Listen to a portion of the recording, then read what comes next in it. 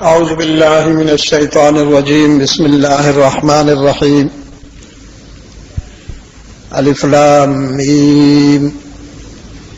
أحسب الناس أن يتركوا أن يقولوا آمنا وهم لا يفتنون.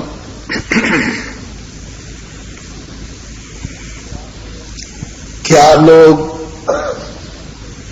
گمان کرتے ہیں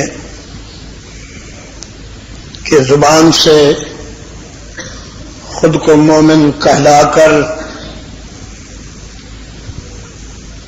وہ کامیاب ہو جائیں گے؟ یہ حمزہ استفہام انکاری ہے. احسب الناس ان یترکوا، یہ احسب الناس کا جو شروع کا حمزہ ہے اس کا مفہوم انکاری بنتا ہے، یعنی ایسا نہیں ہوگا. لوگوں کا یہ سوچنا، یہ خیال کرنا کہ زبان سے خود کو مومن کہلائیں گے اور ساری کامیابیاں حاصل کر لیں گے، غلط ہے. میری محبت اور میری دوستی میں انہیں آزمایا جائے گا. جس طرح کہ تم سے پہلے میری دوستی کے راستے پر آنے والوں کو آزمایا گیا. دنیا میں انسان خواہشوں، حسرتوں اور آرزوؤں کے ایک سیلاب میں گھرا ہوا ہے.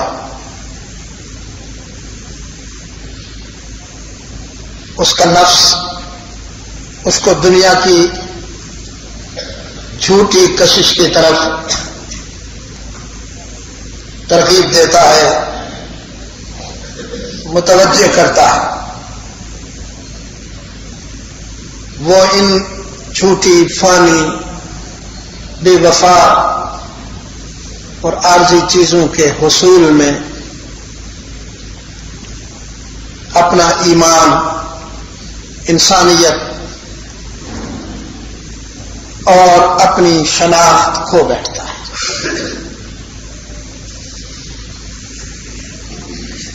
اتنا آگے بڑھ جاتا ہے کہ اپنے خالق کو بھی بھول بیٹھتا ہے.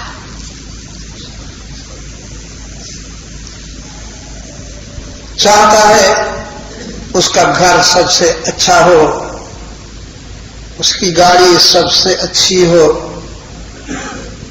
معاشرے میں اس کا سٹیٹس سب سے بلند ہو، اولاد سب سے اچھی ہو، اور اس کے لیے وہ کبھی کبھی جائز ناجائز کو نہیں دیکھتا. یہ اس کی بات کر رہا ہوں جو نفس امارہ کی ترغیب پہ چلتا ہے. ایک دوسرا رخ ہے، یہ اہل دنیا ہے. ایک دوسرا رخ ہے، وہ اہل اللہ ہیں.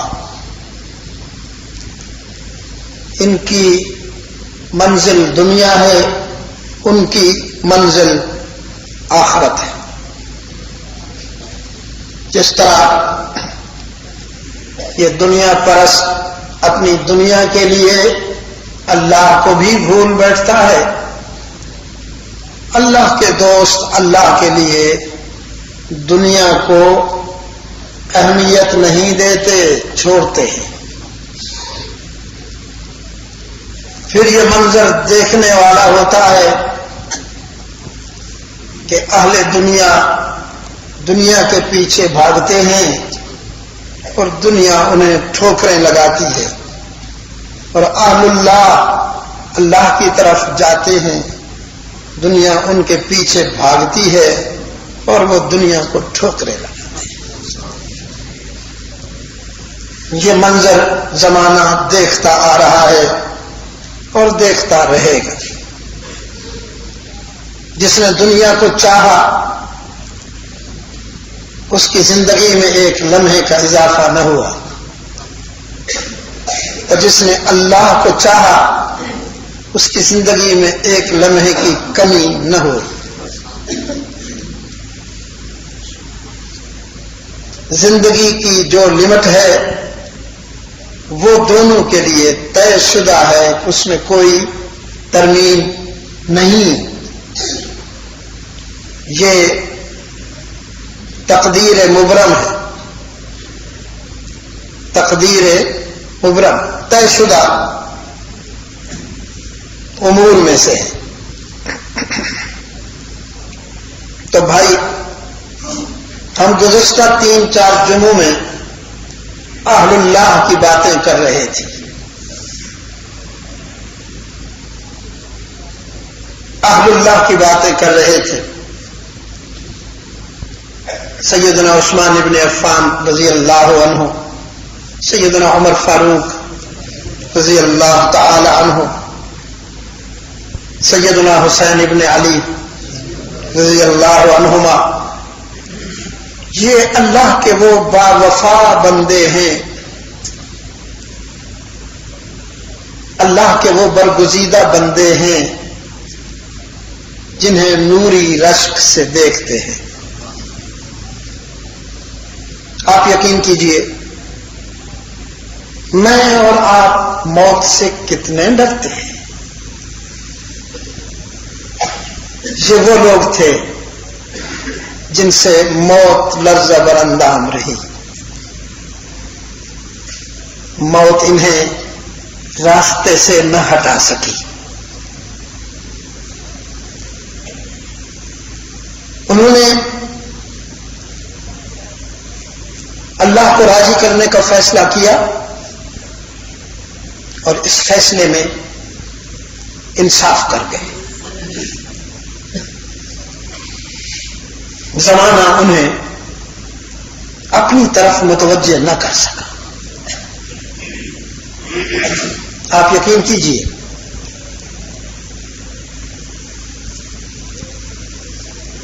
جو حالات آپ سن چکے ہیں، جن حالات کا تذکرہ ہوتا رہتا ہے 1400 سال سے،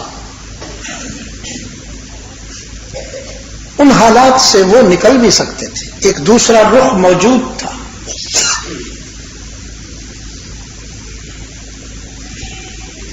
سیدنا عثمان ابن عفان کے لیے بھی، سیدنا عمر فاروق کے لیے بھی، سیدنا حسین ابن علی رضی اللہ عنہم، ان سب کے لیے دوسرا رخ موجود تھا جس کو میں اور آپ نجات کا راستہ کہتے ہیں۔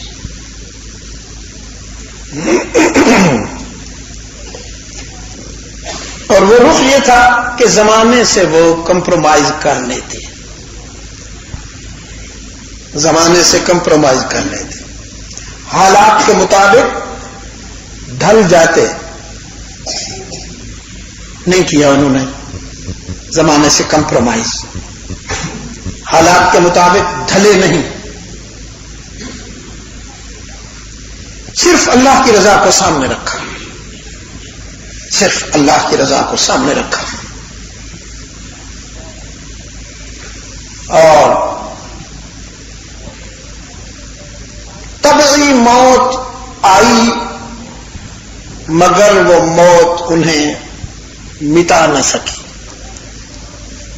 ایک ضابطہ تھا وہ لاگو ہوا لیکن وہ مٹائے نہ جا سکے۔ ان کے کردار کی روشنی حشر کی صبح تک باقی رہے گی، اور اس روشنی میں یہ دونوں راستے نظر آئیں گے، دنیا کا بھی اور اللہ کے پیار کا بھی۔ انسان کو نفس دھوکہ دیتا ہے، نفس فریب دیتا ہے، تو جب یہ حاصل کر لے گا دنیا میں تمہیں یہ مل جائے گا تو پھر تو بہت ہی معزز اور محترم ہو جائے گا۔ نفس کا دھوکہ بہت سو پہ کارگر رہتا ہے. ہم ان لوگوں سے محبت کرتے ہیں، کیا خیال ہے؟ ان حضرات سے جن کا تذکرہ ہم پچھلی ملاقاتوں میں کرتے رہے ہیں، محبت کرتے ہیں کہ نہیں کرتے ہیں؟ آپ سچ کہہ رہے ہیں؟ اللہ کرے اور ہماری زندگی کا ہر عمل اس کی گواہی دے، اس کا ثبوت بنے کہ ہم واقعی ان لوگوں سے محبت کرتے ہیں.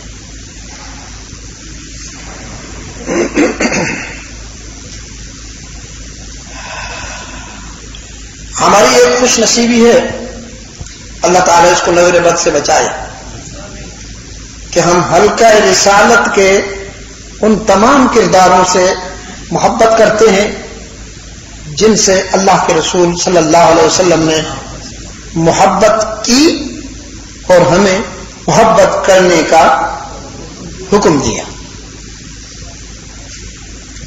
حضرات صحابہ کے متعلق فرمایا، یہ میرے آسمان ہدایت کے روشن ستارے ہیں، ان میں سے تم جس سے بھی پیار کرو گے تمہیں ہدایت ملے گی، گمراہی نہیں، ہدایت ملے گی.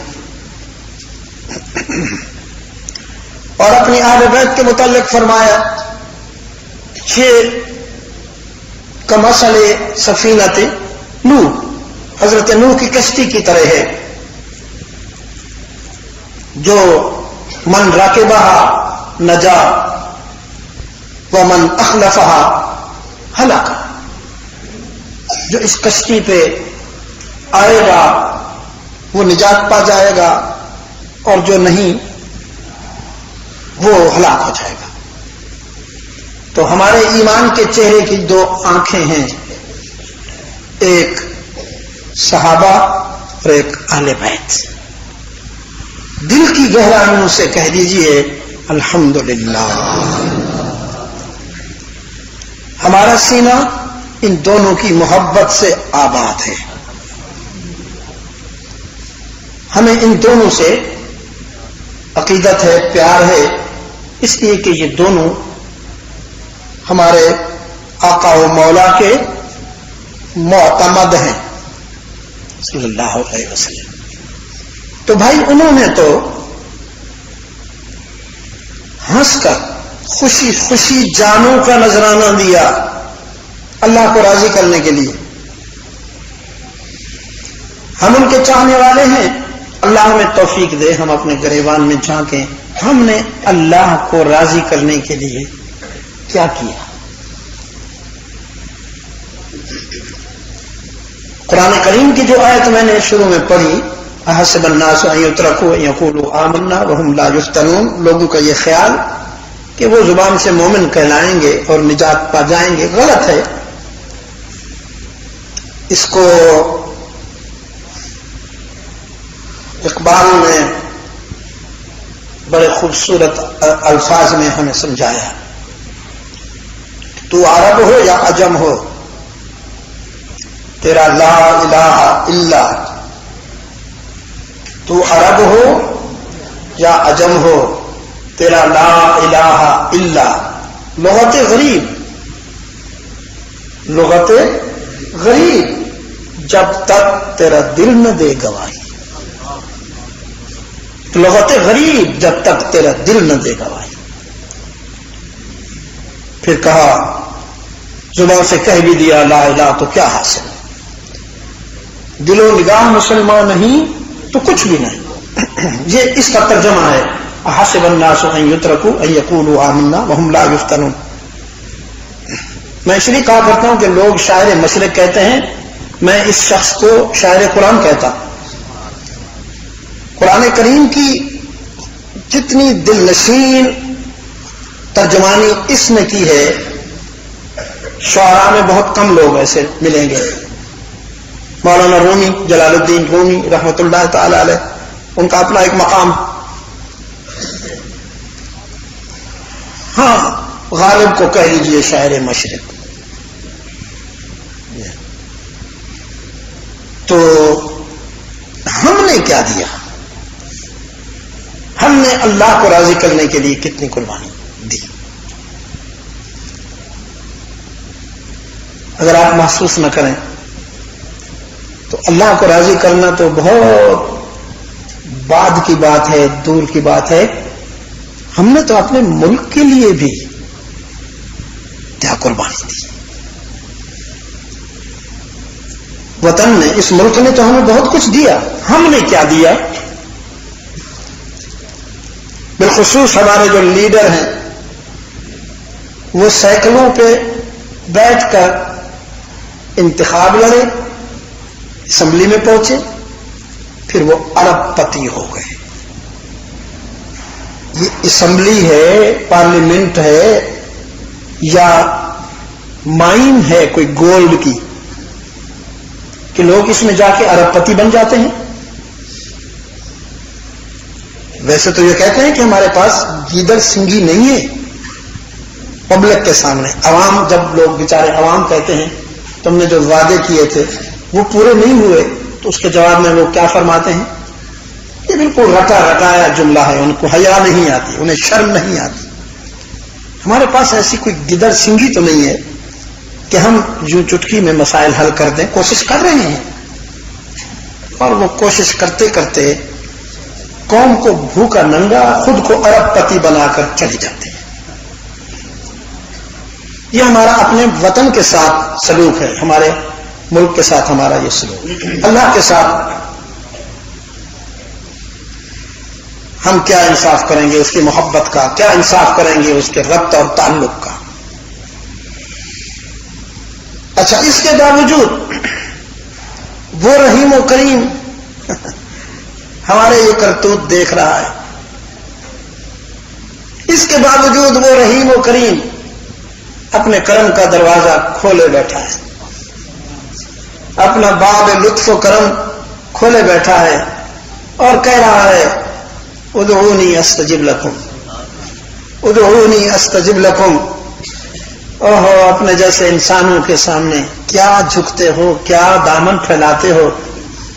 ہائے, تم سے سچا دوست چھوٹا, تم سے سچا دوست چھوٹا, کتنے جھوٹے دوستوں کو اپنانا پڑا. تم سے اصلی دوست چھوٹا, کتنے نقلی کو اپنانا, کتنے نقلیوں کے ساتھ وابستہ ہو گئے ہو. آؤ میرے دروازے پر. اس سب کچھ کے باوجود مجھے آزماؤ, میرے حضور آ کر اشک بہاؤ, دامن پھیلاؤ. میں تمہیں تانا دیے بغیر معاف کرنے کا ظرف رکھتا ہوں. میں تمہیں تانا دیے بغیر معاف کرنے کا ظرف رکھتا ہوں. دوستو, آج کے حالات میں نظر دوڑاتا ہوں, لوگ اس کو چانس کہہ رہے ہیں, اتفاق کہہ رہے ہیں. میں یہ بات نہیں مانتا. ابھی 2 روز ہوئے لاہور میں ایک آگ لگی, 600 دکانیں, 600 بزنس یونٹس جل گئے, جن سے لاکھوں لوگوں کی معیشت وابستہ تھی. لاکھوں لوگ متاثر ہوئے اس سے, کیونکہ ایک یونٹ سے کئی افراد وابستہ ہوتے ہیں. اس کے باوجود ہمیں حیا نہیں آتی. ہم اتنے ڈھیٹ ہو گئے ہیں کہ ہم کہتے ہیں بسنت اور میراتھن نہیں چھوٹنی چاہیے. یہ ہمارا قومی شعار ہے. اوہو, تمہارا قومی شعار تو اللہ کے بندوں سے, اللہ کے بندوں سے ہمدردی ہے. حقوق اللہ کے بعد اللہ کے بندوں سے ہمدردی ہے. اور یہ آپ نے پڑھا ہوگا, کیوں لگی؟ یہ ایک پتنگ کی تانبے کی تار تھی جو کسی وہ جو ٹرانسفارمر تھا اس کے بجلی کے تاروں کے ساتھ, دونوں کے ساتھ اوپر نیچے کے ساتھ جو فیس برابر آ گئے, اور وہ چنگاری جو ہے وہ شعلہ بن کر ایک پیغام دے گئی. وہ چنگاری شعلہ بن کر ایک پیغام دے گئی کہ چھوڑ دو یہ باتیں، آ جاؤ اس راستے پر جو میں نے تمہیں بتایا ہے. میں تمہیں تمہارے ماضی پر تمہیں مطعون نہیں کروں گا، تمہاری ساری غلطیاں معاف کر دوں گا، لیکن تم بدلو تو صحیح. کیا کہا قرآن کریم نے جی؟ ذَلِكَ بِأَنَّ اللَّهَ لَمْ يَكُ مُغَيِّرًا نِعْمَةً ذَلِكَ بِأَنَّ اللَّهَ لَمْ يَكُ مُغَيِّرًا نِعْمَةً أَنْعَمَهَا عَلَىٰ قَوْمٍ. اللہ اپنی عطا کردہ نعمت کسی قوم سے نہیں چھینتا، اپنی عطا کردہ نعمتیں کسی قوم سے واپس نہیں لیتا، حتیٰ یغیروا ما بانفسہم، جب تک کہ وہ خود نمک حرام نہ بن جائیں. ان کی نمک حرامی انہیں تباہ کر دیتی ہے. انسانوں کی خطاؤں کے باوجود بھی،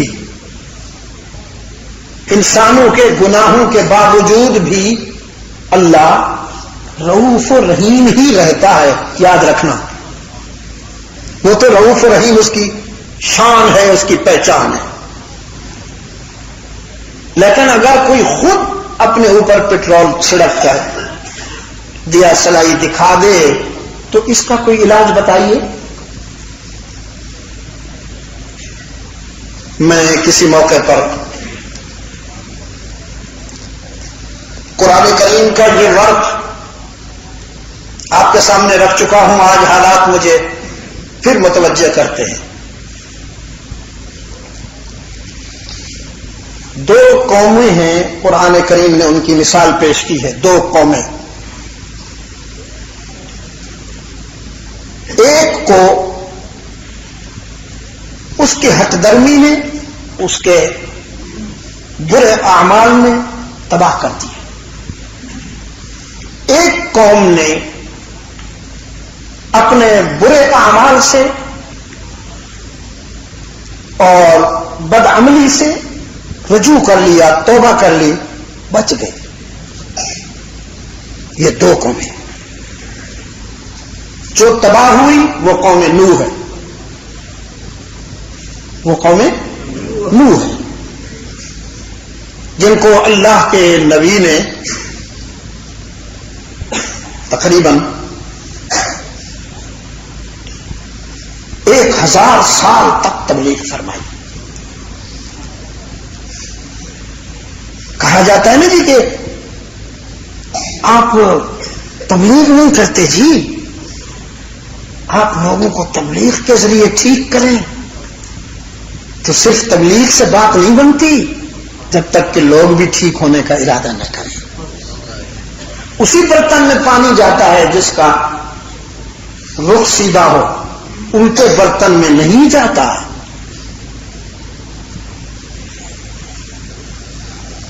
ایک صاحب نے کہا جی الٹا تو ہے لیکن اوپر سے اس کے ہم نے سوراخ کیے ہوئے ہیں. تو میں نے کہا نہ نیچے رہے گا نہ اوپر رہے گا.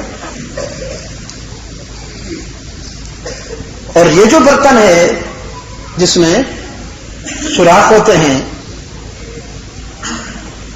یہ کفر کا نہیں منافقت کا برتن ہے.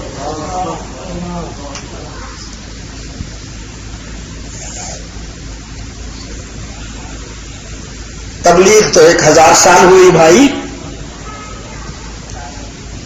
اب کوئی اگر یہ کہے کہ جی ان کی تبلیغ میں اثر نہ تھا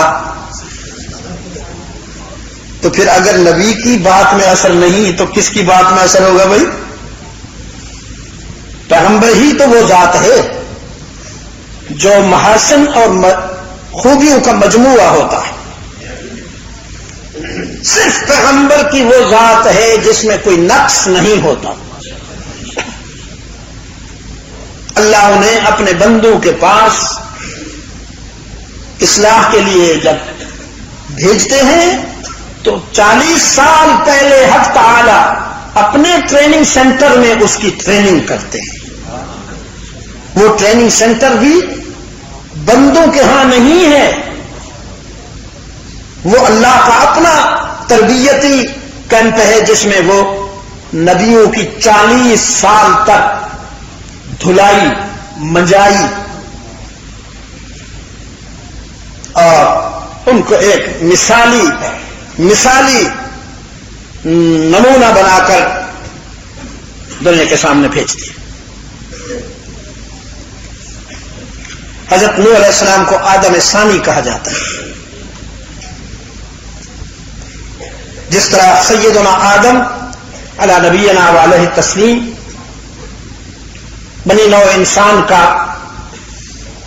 نقطہ آغاز ہے، اسی طرح سیدنا نوح طوفان کے بعد پھر بنی نوع انسان کا نقطہ آغاز ہے.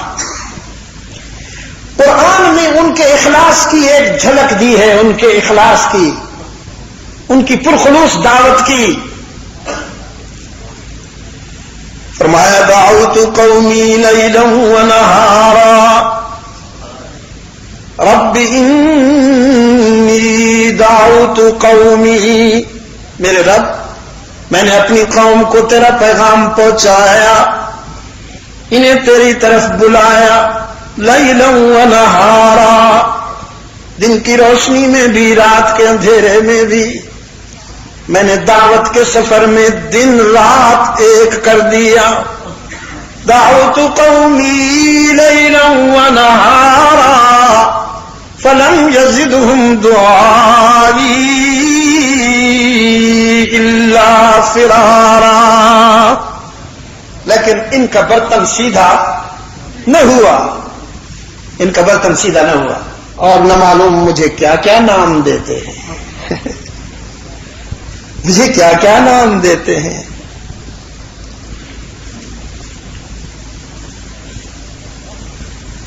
رب انی دعوت قومی لیلا ونہارا فلم یزدہم دعائی الا فرارا وانی کلما دعوتہم، اور یا اللہ میں نے جب بھی انہیں بلایا، میں نے جب بھی انہیں بلایا تو اس لیے نہیں بلایا کہ آؤ میرا دربار آباد کرو، میرے آستانے کو آباد کرو اور نذرانے دو. لتغفر لہم، میں نے جب بھی انہیں بلایا اس لیے کہ تو راضی ہو جائے. میں نے جب بھی انہیں بلایا انی کلما دعوتہم لتغفر لہم، میں نے انہیں جب بھی بلایا اس لیے بلایا کہ یہ تیرے در پہ آئے، ان کی بگڑی بن جائے، ان کی بگڑی بن جائے. جعلوا اصابعہم فی آذانہم، ان ظالموں نے تو اپنی انگلیاں ٹھوس لیے، اپنی سماعت کو بھی مسدود کر لیا میری آواز سے بچنے کے لیے. واستغشوا ثیابہم، اور اگر بیٹھے تھے تو پھر کپڑے جھاڑ کے اٹھے تکبر میں. چھوڑو جی مولویاں یہ گلاں بڑیاں سنیاں ہوئی ہیں، چھوڑو. جعلوا اصابعہم فی آذانہم واستغشوا ثیابہم وَأَسَرُّوا وَاسْتَكْبَرُوا اسْتِكْبَارًا ثُمَّ إِنِّي دَعَوْتُهُمْ جِهَارًا، پھر میں نے انہیں اونچی آواز سے پیغام پہنچایا. وَأَسْرَرْتُ لَهُمْ أَسْرَارًا، اور بلا کے قریب کر کے ان کے کان میں کہا اللہ کو ناراض نہ کرو، قریب کر کے ان کے کان میں کہا اللہ کو ناراض نہ کرو، ساری دنیا سے بگاڑ لو لیکن اللہ سے نہ بگاڑو۔ دعوتهم جہارا ثم انی دعوتهم جہارا۔ آگے جی، ثم انی دعوتهم جہارا، نہیں بیچ میں، وَأَعْلَنْتُ لَهُمْ ثُمَّ إِنِّي أَعْلَنْتُ لَهُمْ، اونچی آواز سے بھی، اعلان کر کے بھی، رازداری میں بھی، ہاں اب ترتیب صحیح ہوئی، اونچی آواز سے بھی، اعلان کر کے بھی، رازداری میں بھی، ان کے کان میں نے یہ جملہ اتارا، ان کے دل کی گہرائی میں اتارنا چاہا کہ اللہ کو ناراض نہ کرو، اللہ کو ناراض کرو گے تم مارے جاؤ گے۔ لیکن میرے معبود یہ نہیں مانتے، میری بات ان کے دل کی گہرائیوں میں نہیں اترتی۔ پھر میں نے انہیں دلائل دیے، استغفروا ربکم، استغفروا ربکم، اپنے رب سے معافی مانگو، انہو کانا، قہارا نہیں کہا، انہو کانا جبارا نہیں کہا، انہو کانا غفارا۔ اس کے در پہ سر جھکا کے تو دیکھو، اس کو دنیا کے سارے رشتوں سے زیادہ مہربان پاؤ گے، سب سے زیادہ مہربان پاؤ گے۔ یرسل علیکم مدرارا، اسی کے حکم سے بارش لانے والی ہوائیں چلتی ہیں، اسی کے حکم سے بادل رواں دواں رہتے ہیں، وہ رحمت پیش کرتے ہیں، باران رحمت نازل ہوا کرتی ہے، وہ چاہے تو یہ باران زحمت بھی ہو سکتی ہے، اس کی طرف سے باران رحمت آتی ہے، تم اپنے اعمال سے اسے باران زحمت نہ بناؤ۔ لیکن یا اللہ یہ نہیں مانتے، یہ نہیں مانتے، نہیں بدلتے، تو الہ العالمین اب آپریشن ضروری ہے، انہیں مٹا دے، مٹا دے انہیں۔ لا تذر علی الارض من الکافرین دیارا، یہ جو دو ٹانگوں دو بازوں اور ایک سر والے جانور ہیں، یہ ہگنے موتنے اور کھانے پینے والے جانور، صفایا کر، صفایا ان کا مٹا دے یا اللہ۔ یہ ناقص جڑی بوٹیاں مٹا دے، ان کی جگہ خیر کی فصل لا۔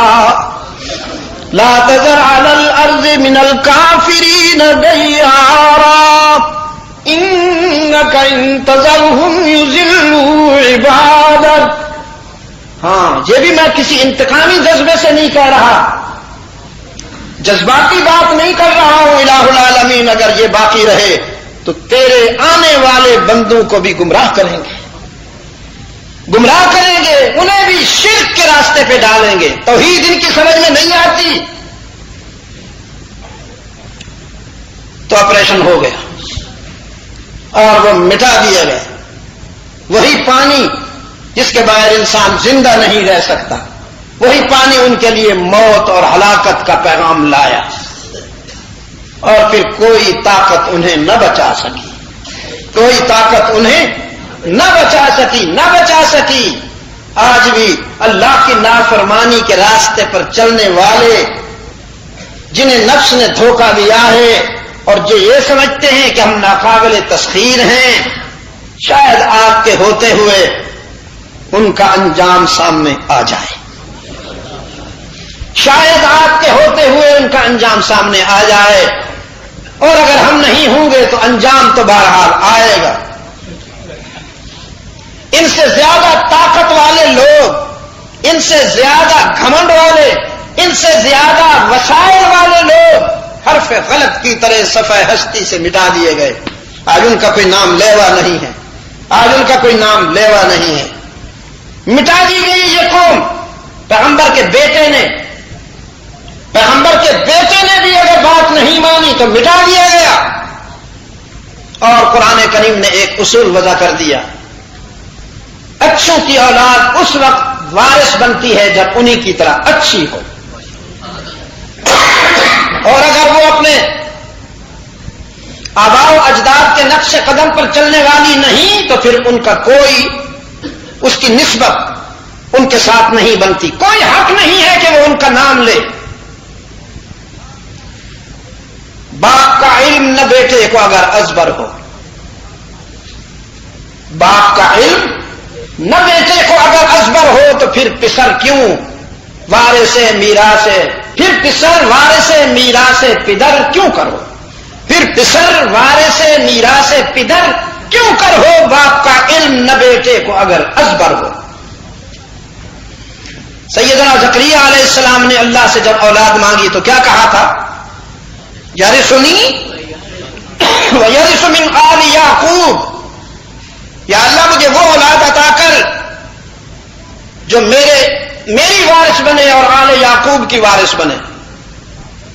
تو پیغمبروں کی وراثت زر و سیم نہیں ہوتا، جاگیریں نہیں ہوتی، پیغمبروں کی وراثت علم ہوتا ہے، دین ہوتا ہے.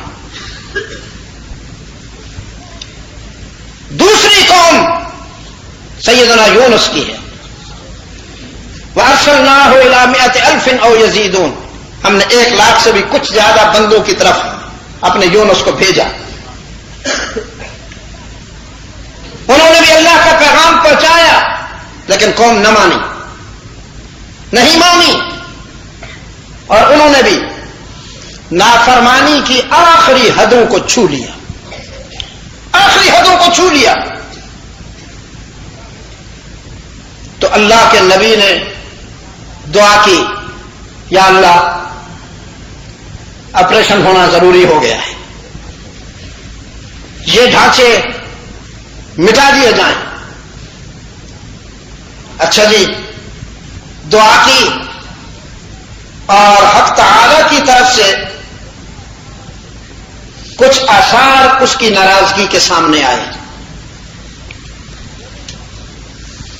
لوگوں نے محسوس کیا کہ فضا نارمل نہیں ہے. آپ نے پڑھا ہوگا، یہ عالمی پریس میں بات آئی ہے کہ جو وہاں سونامی، وہ جو زلزلہ تھا اس سے 3-4 روز پہلے ہاتھی اور دوسرے جانور پرندے بھاگتے اڑتے تھے بے تحاشا. سینکڑوں کی تعداد میں ہاتھیوں کا لشکر چیختا ہوا بھاگتا جا رہا ہے، وجہ سمجھ میں نہیں آتی تھی کسی کے. تو یہ کسی کو غلط فہمی نہ ہو کہ جانور عالم غیب ہوتے ہیں، ان کو پتہ چل جاتا ہے. عالم غیب تو اللہ کے سوا کوئی نہیں ہے. جانوروں کو اللہ نے یہ حس دی ہے تخلیقاً، فطرتاً اللہ نے انہیں یہ حس دی ہے کہ کبھی کبھی وہ ایسے خطرات کا احساس ہو جاتا ہے انہیں. پرندے بھی اڑ جاتے ہیں اور جانور بھی بھاگ اٹھتے ہیں. یا یوں سمجھیے کہ انسان کی نظر کی اتنی اپروچ نہیں ہے اللہ کی ناراضگی کو سمجھنے کے لیے. اللہ کی ناراضگی کو سمجھنے اور اللہ کی ناراضگی کے آثار کو دیکھنے کے لیے انسانی نظر میں اتنی اپروچ نہیں ہے جتنی کہ حیوانوں میں یا جانوروں میں ہے. وہ جب بھاگ اٹھے، جانوروں کو دیکھا، پرندوں کو دیکھا، ماحول کو دیکھا، تو قوم یونس لرز گئی، کانپ اٹھی. حضرت یونس چل دیے یہ سوچ کر کہ اللہ کا عذاب آنے والا ہے تو اس جگہ سے میں دور ہو جاؤں. لیکن یہ سفر جو انہوں نے کیا یہ حق تعالی کی طرف سے حکم نہیں ہوا. انہوں نے اپنے خیال میں یہ مناسب سمجھا کہ جس خطے پر اللہ کا عذاب آنے والا ہے مجھے اس خطے سے ایک طرف ہو جانا چاہیے.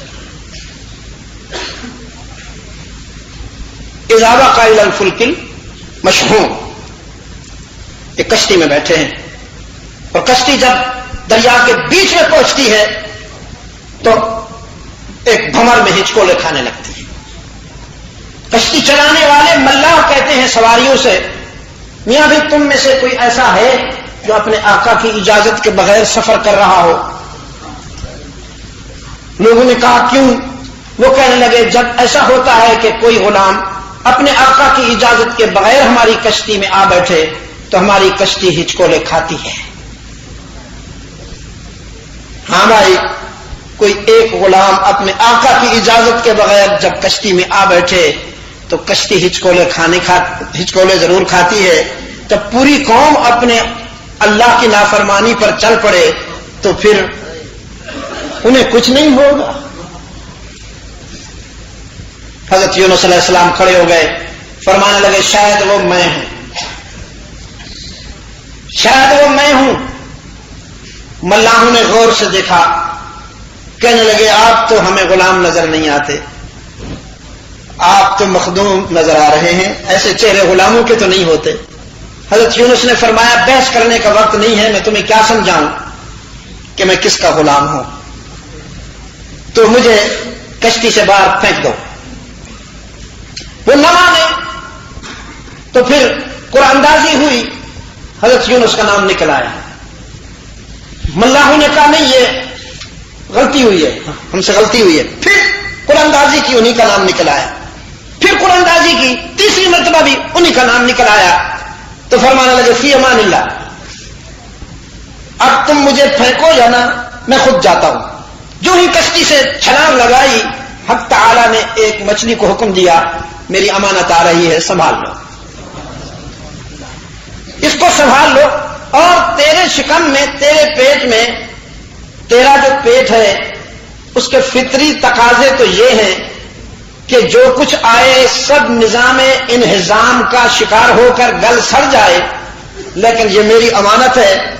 اپنے پیٹ کو اتنا خوبصورت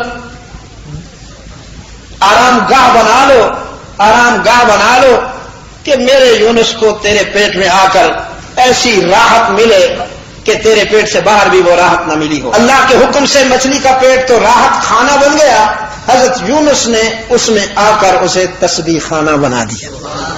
کیا کہا میں نے؟ ہاں مولانا یہ بات آپ کو نہیں ملے گی تفسیروں میں، تفاسیر میں نہیں ملے گی. اللہ نے تو اپنے یونس کے لیے شکم ماہی کو، مچھلی کے پیٹ کو کیا بنایا؟ آرام گاہ بنایا. آپ کی زبان میں کہہ دیتا ہوں ڈرائنگ روم بنایا، لیکن اس میں کتے بلے کی تصویریں نہیں تھی. اچھا، اللہ نے تو مچھلی کے پیٹ کو اپنے یونس کے لیے آرام گاہ بنایا، یونس نے اسے تسبیح خانہ بنا دیا. فرمایا نادا فی الظلمات وظنون، وہ مچھلی والا دوست، وہ مچھلی والا دوست، یاد کرو یاد کرو. وظنون اذ ذهب مغاضبا فظن ان لم نقدر عليه فنادى في الظلمات ان لا اله الا انت سبحانك. وہ جو قبیلہ خاطر ہو کے چلے، اذ ذهب مغاضبا قبیلہ خاطر، رنجیدہ ہو کر چلے. مغاضباً کا ترجمہ یہ نہیں کہ غضبناک ہو کے چلے، الفاظ یہی صحیح، لیکن سیاق اور سباق کو دیکھ کر ترجمہ کرنا ہوگا. پیغمبر اللہ پہ کبھی ناراض نہیں ہو سکتا. وَظَنُّونِ اِذْ ذَهَبَ مُغَاضِبًا، اور وہ مچھلی والا جب قبیلہ خاطر ہو کے چلا، رنجیدہ ہو کے چلا اور پھر شکم ماہی میں آیا تو پھر کیا کہا؟ انت سبحانک لا الہ الا انت سبحانک رکھنا میری بات، بھول نہ جانا، جب اللہ کی رحمت کو متوجہ کرنا ہو، جب اللہ کی رحمت کو متوجہ کرنا ہو، جب کوئی مشکل حل کروانی ہو، جب بھنور میں ہچکولے کھاتے ہوئے سفینے کو کنارے پہنچانا ہو، تو اللہ سے طلب کرتے ہوئے، دعا مانگتے ہوئے سب سے پہلے توحید بیان کیجیے اس کی۔ اذان دیتے ہو تو پہلے کیا کہتے ہو؟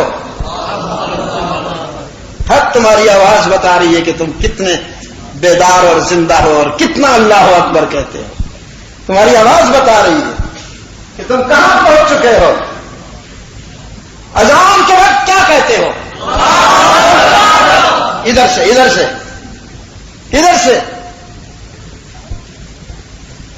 دل کی گہرائیوں سے اس کی توحید بیان ہوتی ہے سب سے پہلے، اس کی کبریائی، یہ اسٹیٹس ہے اس کا، کوئی احسان نہیں کرتے ہو، یہ اس کا مقام ہے کہ پہلے اس کی کبریائی بیان کرو۔ محمد تیری عظمت پہ قربان جاؤں، محمد تیری تعلیمات کا احسان کون پورا کرے، تیرے احسانات کا بدلہ کون دے۔ مہر بنوائی نا، مہر بنوائی جو خطوط پہ لگائی جاتی تھی، تو اس پہ لکھا محمد رسول اللہ، اس پہ کیا لکھا؟ محمد رسول اللہ۔ اگر میں اس وقت زندہ ہوتا اور میرے آقا مجھ سے فرماتے لکھو محمد الرسول اللہ، تو پھر میں کیسے لکھتا؟ نہیں، میں لکھتا، کوئی کاغذ دو نا، ہاں جزاک اللہ خیر، میں یوں لکھتا، دیکھیے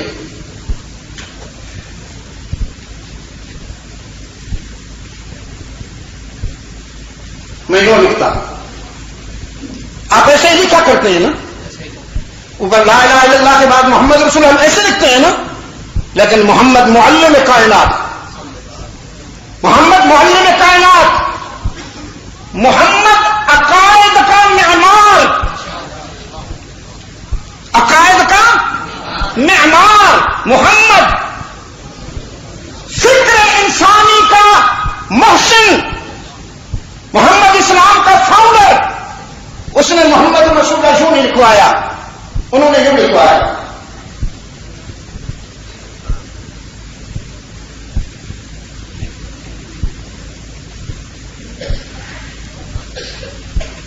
اللہ کو اوپر رکھا، رسول کو درمیان میں لکھا، اور اپنے اسم گرامی کو نیچے رکھا۔ توہین تو نہیں ہوئی؟ شان بڑھ گئی، اللہ کو اونچا رکھا تو شان میں اضافہ ہوا۔ اب اگر کسی کی سمجھ میں نہ آئے تو قوالیوں کی ماری ہوئی قوم ہے جی، مولوی محمد صاحب کے کلام کو بخاری شریف سمجھنے والی قوم کو میں کیا سمجھاؤں، کیا سمجھاؤں میں نے؟ نادا فی الظلمات،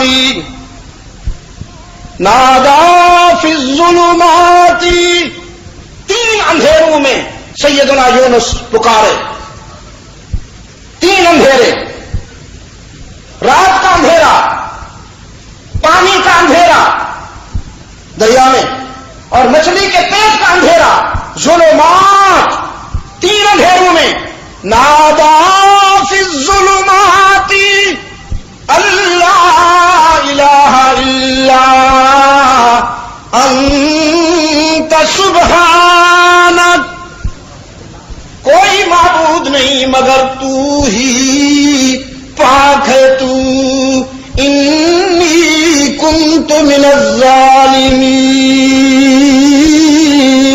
میں تو تیرا بندہ ہوں، میں تو تیرا بندہ، انی کنت من الظالمین، میں تیرے بندوں میں سے ہوں۔ رب العالمین نے فرمایا لولا انہ کان من المسبحین، اگر میرا یونس مجھے یاد نہ کرتا، یونس اگر مجھ سے مدد یونس کی زبان پر میرا نام اور میری تسبیح نہ آتی للبث فی بطنی اسی میں رہتے قیامت تک الی یوم یبعثون. دنیا کا کوئی فرد، دنیا کی کوئی قوت اس امتحان و آزمائش سے انہیں نہ بچا سکتی. کس نے بچایا؟ اللہ ہی حکم دیا. اب میرے یونس کو لے جا کنارے پر. مچھلی نے اللہ کی امانت کو کنارے پہ پہنچا دیا. رب العالمین نے اسی جگہ پر ایک پودا اگایا. فَأَنبَتْنَا عَلَيْهِ شَجَرَةً مِّن يَقْطِينٍ. ایک پودا حق تعالی نے وہیں اگا دیا. وہ اگا بھی، جوان بھی ہو گیا. اس کے بڑے بڑے پتوں نے یونس کو اپنے آغوش میں لے لیا. شکم ماہی میں رہنے کی وجہ سے سکن سافٹ ہو گئی تھی. سکن سافٹ ہو گئی، چمڑا ریشم کی طرح لطیف ہو گیا تھا. ان سے ٹھنڈک بھی پہنچی، ان سے سکون بھی ملا. اور اسی درخت، اسی پودے کے درخت سے پھل بھی سیدنا یونس کو غذا بن کے ملتا رہا. ایک دن سیدنا یونس نے دیکھا وہ پودا سوکھ گیا ہے تو افسردہ ہوئے. عرض کیا میرے معبود، میرا یار تو ہی ہے، تیرے سوا میرا کوئی یار نہیں، تو میرا یار ہے. لیکن میرے اللہ یہ پودا سوکھ گیا. اس ویرانے میں اور تنہائی میں تیرے بعد اس سے مجھے سکون ملتا تھا، تیرے کرم سے، تیرے حکم سے. یہ سوکھ گیا. رب العالمین نے فرمایا سوکھ گیا. ہاں میرے یونس، تکلیف ہوئی؟ عرض کیا تکلیف تو ہوئی یا اللہ. فرمایا ایک پودے کے سوکھنے پر تجھے تکلیف ہوئی اور تو 1,00,000 میرے بندوں کی ہلاکت کی دعا کر کے چلا آیا. اگر میں ان کو ہلاک کر دیتا تو کیا میری رحمت کو تکلیف نہ ہوتی؟ اچھا تو یا اللہ تو نے ان کو ہلاک نہیں کیا؟ نہیں یونس، میں نے ان کو ہلاک نہیں کیا. وہ سمجھ گئے، وہ سمجھ گئے ہیں. ان کی بگڑی بنا دی میں نے، اس لیے کہ تیرے چلے آنے کے بعد انہوں نے آ کر خلوص سے مجھ سے معافی مانگی. انہوں نے خلوص سے مجھ سے معافی مانگی. اپنے معصوم بچوں کو لے آئے، اپنے بیماروں کو لے آئے، جانوروں کو لے آئے. یا اللہ ہم تو بہت گنہگار اور پاپی ہیں، ان کو دیکھ کے کرم فرما دے، ان کی وجہ سے یا اللہ ہم پہ کرم فرما دے. میں نے ان کو بچا لیا. جاؤ یونس جاؤ، اب وہ تجھ سے بھی وفا کریں گے، مجھ سے بھی وفا کریں گے.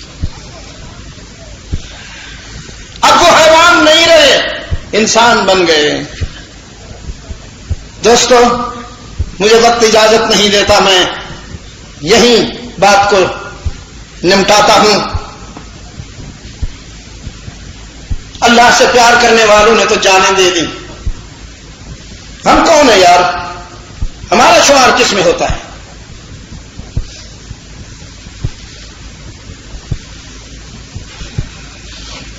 اور ایک نسبت آپ کو حاصل ہے محمدی ہونے کی. ایک نسبت آپ کو حاصل ہے محمدی ہونے کی کہ آپ رحمت عالم کے غلام ہیں. اللہ کرے کہ ہوں، اللہ بنا دے. تو پھر پتہ نہیں آپ کو یاد ہے کسی موقع پہ میں نے عرض کیا تھا باقی ساری امتیں جنت کو تلاش کر رہی ہیں اور جنت محمد کے غلاموں کو تلاش کر رہی ہے. سچ کہتا ہوں، سچ کہہ رہا ہوں، میرے دل کی آواز ہے. اللہ جتنا اپنے محبوب کے غلاموں پہ مہربان ہے، کسی قوم پہ، کسی امت پہ اتنا مہربان نہیں. حضرت موسیٰ علیہ السلام کو جب حکم آیا اپنی قوم سے کہو توبہ کرے، اور بنی اسرائیل نے توبہ کے لیے تیاری کی کہ وضو بناتے ہیں، نوافل پڑھتے ہیں. توبہ کی نوافل صلاۃ التوبہ، موسیٰ علیہ السلام نے فرمایا یہ صلاۃ نہیں ہے، نماز نہیں ہے، پہاڑ پہ چڑھ کے سینے سے بھاری پتھر باندھ کر چھلانگ لگانا ہے۔ جس مردود کو موت نے بھی قبول نہ کیا اسے کوئی معافی نہیں ملے گی۔ اس قوم نے کہا پھر اس کا نام توبہ کیوں رکھا ہے آپ نے؟ یوں کہیے کہ مارنا ہے، پر بس یہی کوالٹی یہی ہے، تمہاری توبہ کی کوالٹی یہی ہے۔ اب جن کو دنیا چاہیے وہ چلے جائیں اور جنہیں آخرت چاہیے وہ تیار ہو جائیں۔ رب العالمین نے اسی وقت جبرائیل کو بھیجا، فرمایا موسیٰ یہ تیری قوم کی توبہ ہے، خود کو قتل کریں تو معاف کروں گا، جرم ایسا کیا، لیکن ایک امت آ رہی ہے جانتے ہو ان کی توبہ کیا ہوگی؟ سوچا پھر جو آ رہے ہیں ہمارے بعد ان پر تو بلڈوزر چلیں گے۔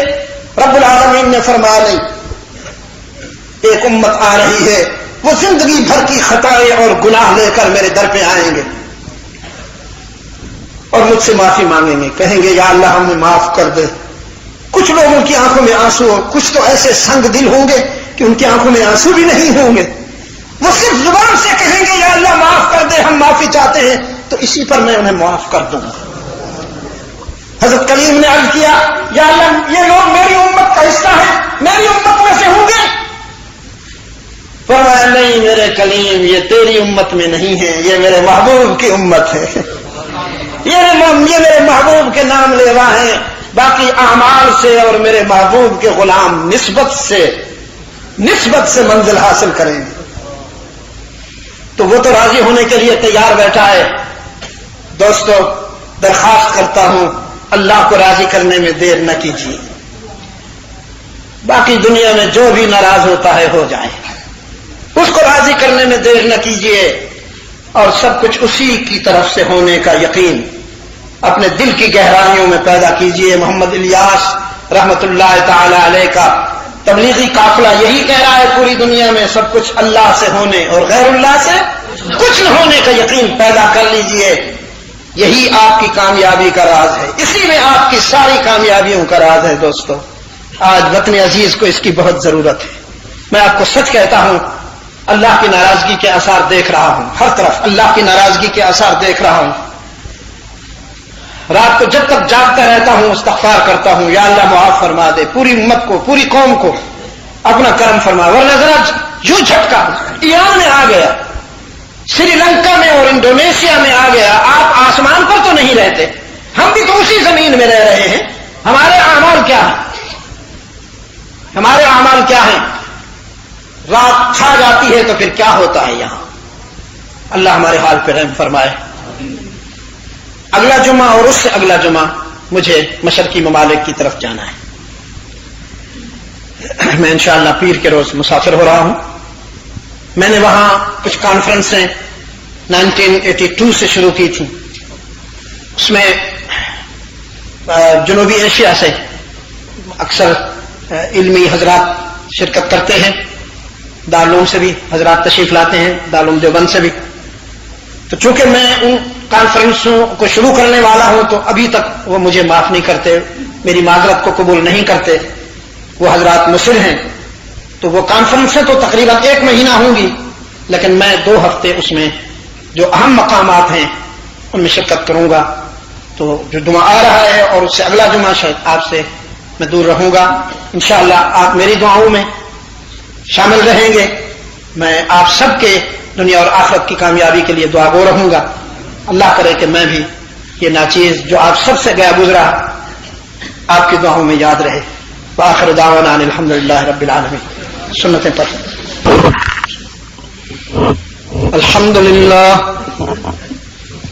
وحدہ والصلاة والسلام علی من لا نبی بعدہ وعلی آلہ واصحابہ الذین اوفوا عہدہ الذين هم مفاتيح الرحمة ومصابيح الغرر.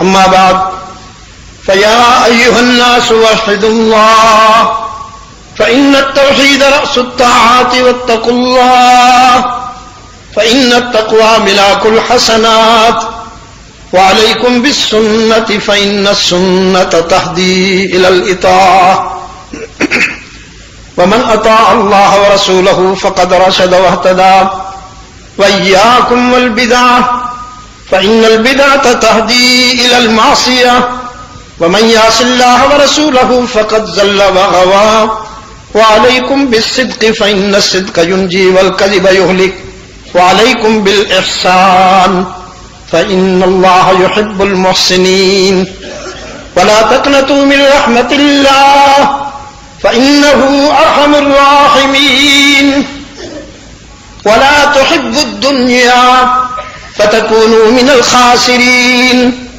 ألا وإن نفسا لن تموت حتى تستكمل رزقها فاتقوا الله وأجملوا في الطلب وتوكلوا عليه فإن الله يحب المتوكلين أعوذ بالله من الشيطان الرجيم بسم الله الرحمن الرحيم يا أيها الذين آمنوا لا تلهكم أموالكم ولا أولادكم عن ذكر الله ومن يفعل ذلك فأولئك هم الخاسرون فقال ربكم ادعوني أستجب لكم إن الذين يستكبرون عن عبادتي سيدخلون جهنم داخرين بارك الله لي ولكم في القرآن العظيم ونفعني وإياكم بالآيات والذكر الحكيم إنه تعالى جواد كريم ملك بر رؤوف رحيم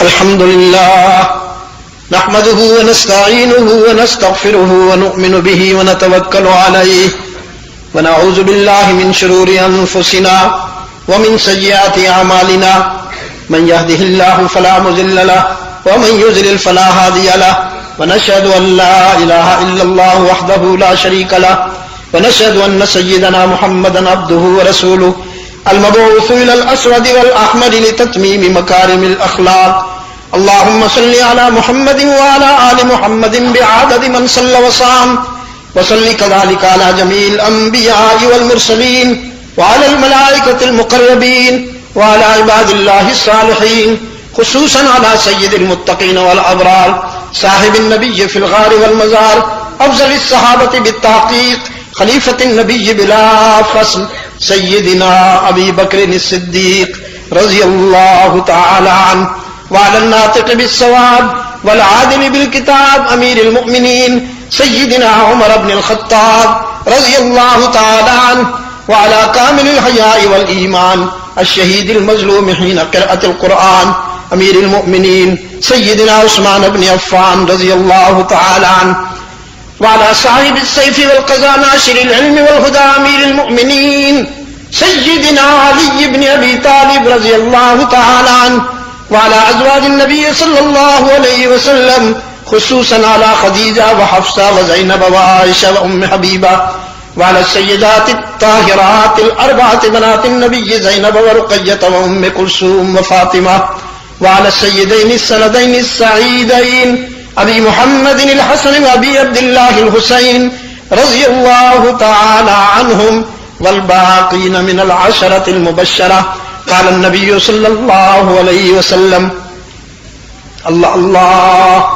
في أصحابي لا تتخذوهم من بعدي غرضا من أحبهم فبحبي أحبهم ومن أبغضهم فببغضي أبغضهم وقال صلى الله عليه وسلم خير القرون قرني ثم الذين يلونهم ثم الذين يلونهم اللهم أيد الإسلام والمسلمين اللهم انصر الإسلام والمسلمين واخذل الكفرة والمشركين اللهم لعن الكفرة والمنافقين عباد الله رحمكم الله إن الله يأمركم بالعدل والإحسان وإيتاء ذي القربى وينهى عن الفحشاء والمنكر والبغي يعظكم لعلكم تذكرون اذكروا الله يذكركم وادعوه يستجب لكم ولذكر الله تعالى أعلى وأولى أعظم وجل وأهم وأتم وأكبر والله يعلم ما تصنعون. سیدھی رکھنے کا خیال. اللہ اکبر.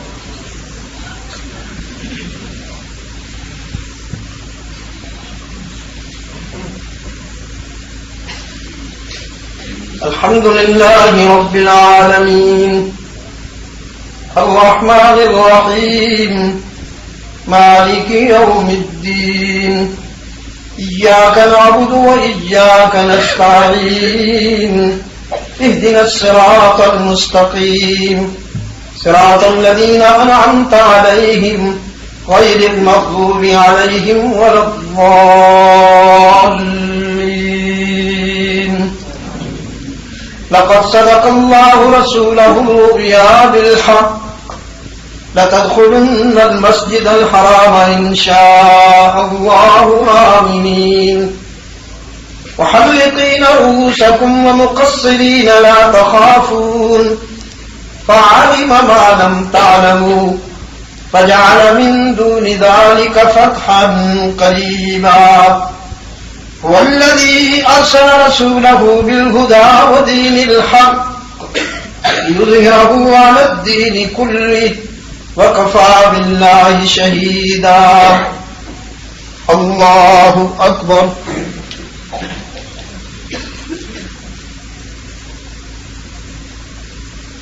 سمع الله لمن حمده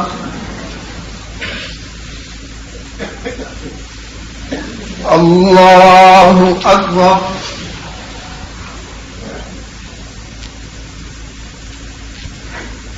الله أكبر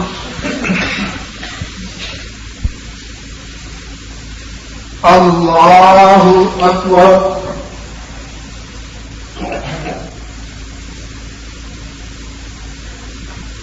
الله أكبر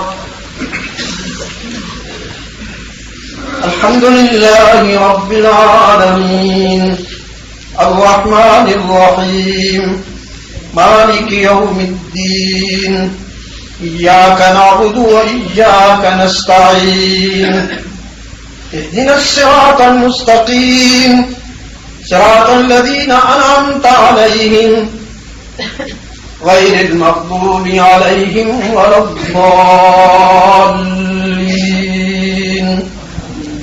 محمد رسول الله والذين معه أشداء على الكفار رحماء بينهم تراهم ركعا سجدا يبتغون فضلا من الله ورضوانا سيماهم في وجوههم من أثر السجود ذلك مثلهم في التوراة ومثلهم في الإنجيل الله أكبر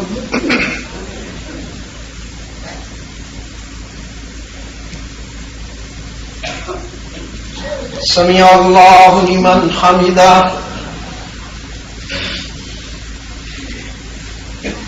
الله أكبر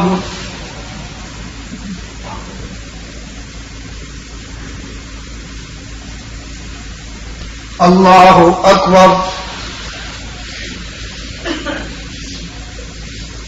الله أكبر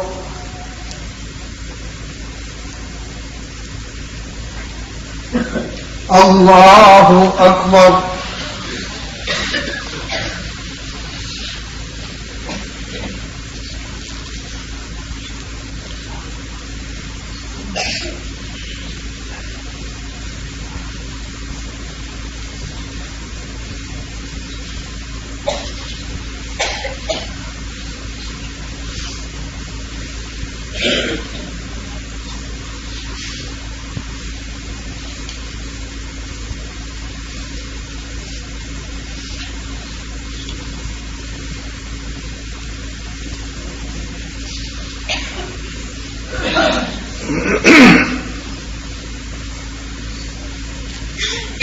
السلام علیکم ورحمۃ اللہ السلام علیکم ورحمۃ اللہ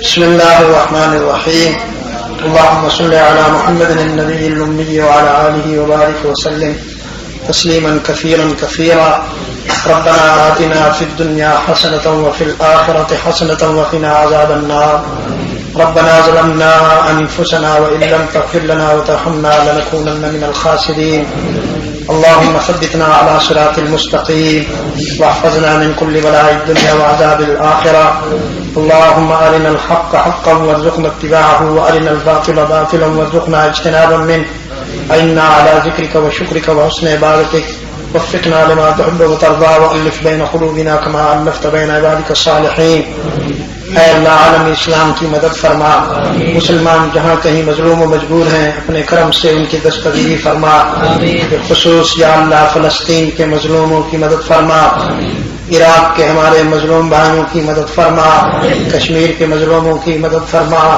اے اللہ عالمی طاغوت کی شباستوں سے اور عزائم سے امت مسلمہ کی حفاظت فرما اے اللہ وطن عزیز کی حفاظت فرما اس کو قرآن و سنت پر مبنی آئین اور دور خلافت راستہ سے نسبت رکھنے والا عادلانہ طرز زندگی عطا فرما یا اللہ ہماری خطائیں معاف فرما ہمیں اور ہماری اولادوں کو ہر فتنے سے محفوظ و معمول فرما یا رب العالمین دنیا اور آخرت کی ہم تجھ سے عزت مانگتے ہیں اپنے کرم سے ہے اللہ ہمیں دنیا اور آخرت میں کامیابی عطا فرما روحانی جسمانی بیماریوں سے نجات عطا فرما تیرے وہ بندے جنہوں نے دعا کے لیے کہا ہم سب کو اپنے کرم سے شفائے کاملہ عطا فرما بالخصوص ہمارے بھائی نیاز اللہ ہمارے بھائی محمد اشرف صاحب کی اہلیہ بیمار ہیں محمد اشفاق کی اہلیہ بیمار ہیں اسی طرح عبدالرشید خان صاحب کی والدہ ہمارے علامہ خالد ندیم صاحب کے والد صاحب اور والدہ بھی بیمار ہیں ہم ان سب کی